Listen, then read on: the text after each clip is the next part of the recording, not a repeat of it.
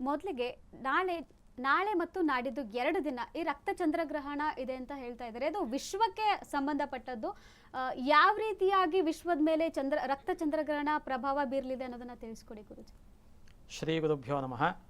ಗುರುರ್ ಬ್ರಹ್ಮ ಗುರುರ್ ವಿಷ್ಣು ಗುರುರ್ದೇವೋ ಮಹೇಶ್ವರಃ ಗುರುರ್ ಸಾಕ್ಷಾತ್ ಪರಂ ಬ್ರಹ್ಮ ತಸ್ಮೈ ಶ್ರೀ ಗುರವೇ ನಮಃ. ಸರ್ವೇಭ್ಯೋ ಋಷಿಭ್ಯೋ ನಮಃ. ಸರ್ವೇಭ್ಯೋ ಶಾಸ್ತ್ರಪ್ರವರ್ತಕೇಭ್ಯೋ ನಮಃ. ನಮ್ಮ ಸನಾತನ ಧರ್ಮದಲ್ಲಿ ಅನೇಕ ರೀತಿಯಾದಂತಹ ಪರ್ವಕಾಲಗಳು ಅಂತ ಇವೆ. ಪರ್ವ ಅನ್ನೋದೇನೆ ಸಂಸ್ಕೃತದ ಶಬ್ದ. ಅದು ಕನ್ನಡದಲ್ಲಿ ಪರ್ವ ಅನ್ನೋದು ಪಬ್ಬ ಅಂತಾಗಿ ಹಬ್ಬ ಅಂತ ಆಗಿರ್ತಕ್ಕಂಥದ್ದು. ಸೊ ಹಾಗಾಗಿ ಪರ್ವಕಾಲ ಅಂದರೆ ಏನು ಅಂದರೆ ಹಬ್ಬ ಅನ್ನೋದು ಒಂದು ಅರ್ಥ ಆಗಿದ್ದರೆ, ಪುಣ್ಯಕಾಲ ಅನ್ನೋದು ಇನ್ನೊಂದು ಅರ್ಥ ಸಂಸ್ಕೃತದಲ್ಲಿ ಧರ್ಮಶಾಸ್ತ್ರದಲ್ಲಿದೆ. ಹಾಗಾಗಿ ನಮಗೆ ಪರ್ವಕಾಲ ಅನ್ನೋದನ್ನು ಪುಣ್ಯಕಾಲ ಅಂತ ಯಾವುದನ್ನು ಕರಿತೀವಿ ನಾವು ಅಂತ ಹೇಳ್ತು ಅಂದರೆ, ಮುಖ್ಯವಾಗಿ ಈ ಉತ್ತರಾಯಣ ಪುಣ್ಯಕಾಲ, ದಕ್ಷಿಣಾಯನ ಪುಣ್ಯಕಾಲ, ಸಂಕ್ರಮಣ ಪುಣ್ಯಕಾಲ, ಅಮಾವಾಸ್ಯ ಪುಣ್ಯಕಾಲ, ಈ ಷಣ್ಣವತಿ ಶ್ರಾದ್ದಗಳನ್ನು ಮಾಡ್ತಕ್ಕಂಥದ್ದು ಪುಣ್ಯಕಾಲ, ಈ ಥರದನ್ನೆಲ್ಲ ಸುಮಾರನ್ನು ಕರ್ಕೊಂಡು ಹೋಗ್ತೀವಿ. ಅದೇ ಸಾಲಿಗೆ ಸೇರ್ತಕ್ಕಂಥದ್ದು ಈ ಗ್ರಹಣ ಅನ್ನೋದು. ಉಪರಾಗ ಅಂತ ಸಂಸ್ಕೃತದಲ್ಲಿ ಕರಿತೀವಿ ಅದನ್ನು, ಧರ್ಮಶಾಸ್ತ್ರದಲ್ಲಿ ಟೆಕ್ನಿಕಲ್ಲಾಗಿ. ಅದನ್ನು ಆಡು ಭಾಷೆಯಲ್ಲಿ ಗ್ರಹಣ ಅಂದರೆ ಹಿಡಿಯೋದು ಅನ್ನೋ ಅರ್ಥ, ಟು ಕ್ಯಾಪ್ಚರ್ ಅನ್ನೋ ಅರ್ಥ. ಏನು ಟು ಕ್ಯಾಪ್ಚರ್ ಅಂದರೆ ಈ ರಾಹು ಅಥವಾ ಕೇತು ಸೂರ್ಯ ಅಥವಾ ಚಂದ್ರನಿಗೆ ಹಿಡಿಯೋದು.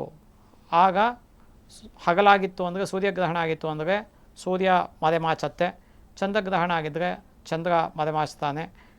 ಆ ರೀತಿಯಾಗಿ ಆಕಾಶದಲ್ಲಿ ನಭೋಮಂಡಲದಲ್ಲಿ ಉಂಟಾಗ್ತಕ್ಕಂತಹ ಒಂದು ನೈಸರ್ಗಿಕ ಪ್ರಕ್ರಿಯೆ. ಇದರೊಳಗೆ ತುಂಬ ಜನ ಈ ರಾಹುಕೇತುಗಳು ಗ್ರಹಗಳೇ ಅಲ್ಲ, ಹಾಗೆ ಹೀಗೆ ಅಂತೆಲ್ಲ ಹೇಳ್ತಿರ್ತಾರೆ.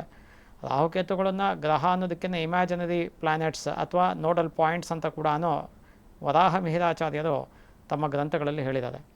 ಸೊ ಹಾಗಾಗಿ ಈ ರಾಹು ಚಾರ ಅಧ್ಯಾಯ, ಕೇತುಚಾರ ಅಧ್ಯಾಯ ಅಂತ ಬೃಹತ್ ಸಂಹಿತ ಅನ್ನೋ ಗ್ರಂಥದಲ್ಲಿ ವರಾಹ ಮಿಹಿರಾಚಾರ್ಯರು ಹೇಳ್ತಾರೆ.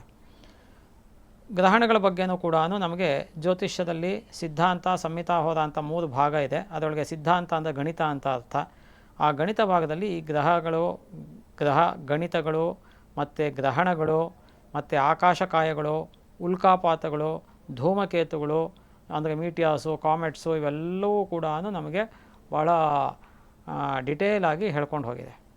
ಅದರೊಳಗೆ ಗ್ರಹಣ ಅನ್ನೋದು ಕೂಡ ಒಂದು ಪಾರ್ಟ್. ಸಾಮಾನ್ಯವಾಗಿ ಯಾವುದೇ ಸಂವತ್ಸರ ನೋಡಿದ್ರೂ ಕೂಡ ನಮಗೆ ಒಂದಲ್ಲ ಒಂದು ಗ್ರಹಣ ಅನ್ನೋದು ಒಂದಲ್ಲ ಒಂದು ಪ್ರಪಂಚದ ಭಾಗಗಳಲ್ಲಿ ಕಾಣ್ತಾ ಇರುತ್ತೆ. ಪ್ರತಿ ಅಮಾವಾಸ್ಯೆ ಅಥವಾ ಪ್ರತಿ ಹುಣ್ಣಿಮೆಗೂ ಕಾಣಲ್ಲ, ಸರಿಸುಮಾರು ವರ್ಷಕ್ಕೆ 2 or 3 ಗ್ರಹಣಗಳು ಇದ್ದೇ ಇರುತ್ತೆ.